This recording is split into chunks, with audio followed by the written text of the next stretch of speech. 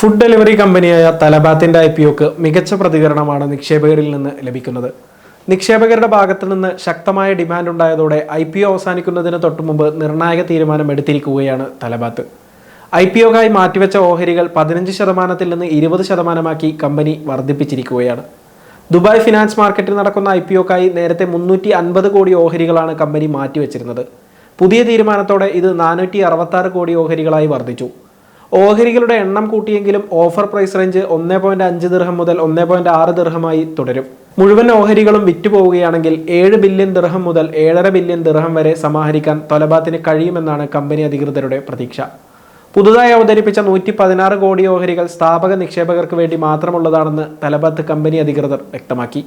സാധാരണ റീറ്റെയിൽ നിക്ഷേപകർക്ക് വേണ്ടിയുള്ള Talabat IPO November 27 പൂർത്തിയായിരുന്നു.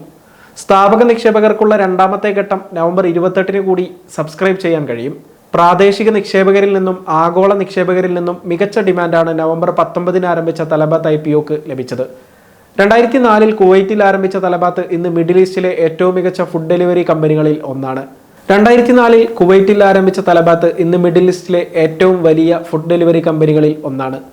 UAE Dubai financial മാർക്കറ്റിൽ ലിസ്റ്റ് ചെയ്യാനുള്ള തീരുമാനം കഴിഞ്ഞ മാസങ്ങളിലാണ് തലബാത്ത് പേരന്റ് കമ്പനിയായ ഡെലിവറി ഹീറോ പ്രഖ്യാപിച്ചത്.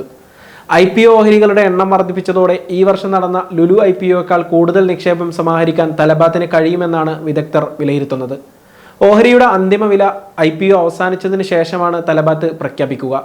നേരത്തെ നിശ്ചയിച്ച പ്രൈസ് റേഞ്ചിലെ ഏറ്റവും ഉയർന്ന വില നിശ്ചയിക്കുകയും മുഴുവൻ ഓഹരികളും സബ്സ്ക്രൈബ് ചെയ്യപ്പെടുകയും ചെയ്താൽ $2 ബില്യൺ സമാഹരിക്കാൻ കമ്പനിക്ക് സാധിക്കുമെന്നാണ് കണക്കുകൂട്ടൽ.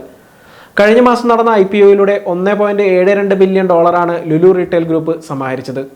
അബുദാബി സെക്യൂരിറ്റീസ് എക്സ്ചേഞ്ചിൽ നടന്ന ലുലു IPO UAE ഏറ്റവും വലിയ IPO ആയി മാറുകയും ചെയ്തിരുന്നു. 2.04 ദിർഹമായിരുന്നു ലുലു ഓഹരിയുടെ ഫൈനൽ ഓഫർ പ്രൈസ്. IPOക്ക് മികച്ച പ്രതികരണം ലഭിച്ചുവെങ്കിലും ഓഹരി വിലയിൽ വലിയ ചലനമുണ്ടാക്കാൻ ലുലു ഗ്രൂപ്പിന് ഇതുവരെ കഴിഞ്ഞിട്ടില്ല. നവംബർ 27 വിപണി അടക്കുമ്പോൾ 1.8 ദിർഹമാണ് ലുലു ഓഹരിയുടെ വില. കുവൈറ്റിന് പുറമെ UAE, Oman, Qatar, Bahrain, Jordan, Iraq, Egypt തുടങ്ങിയ രാജ്യങ്ങളിൽ തലബാത്ത് പ്രവർത്തിക്കുന്നുണ്ട്. സെപ്റ്റംബർ മാസത്തിലെ കണക്കനുസരിച്ച് 6 ദശലക്ഷം സജീവ ഉപഭോക്താക്കളാണ് തലബാത്തിനുള്ളത്. 65,000-ലധികം ആക്റ്റീവ് പാർട്ട്നേഴ്സും 1,19,000-ലധികം ആക്റ്റീവ് ഡെലിവറി റൈഡേഴ്സും തലബാത്തിനൊപ്പം പ്രവർത്തിക്കുന്നുണ്ട്. തലബാത്ത് ഓഹരിയുടെ അന്തിമ വില അറിയാൻ ഇനി ഒരു ദിവസം മാത്രം കാത്തിരുന്നാൽ മതിയാകും. IPO ഓഹരി അലൊക്കേഷൻ വിവരങ്ങൾ ഡിസംബർ 6 നിക്ഷേപകർക്ക് SMS ആയി ലഭിക്കും.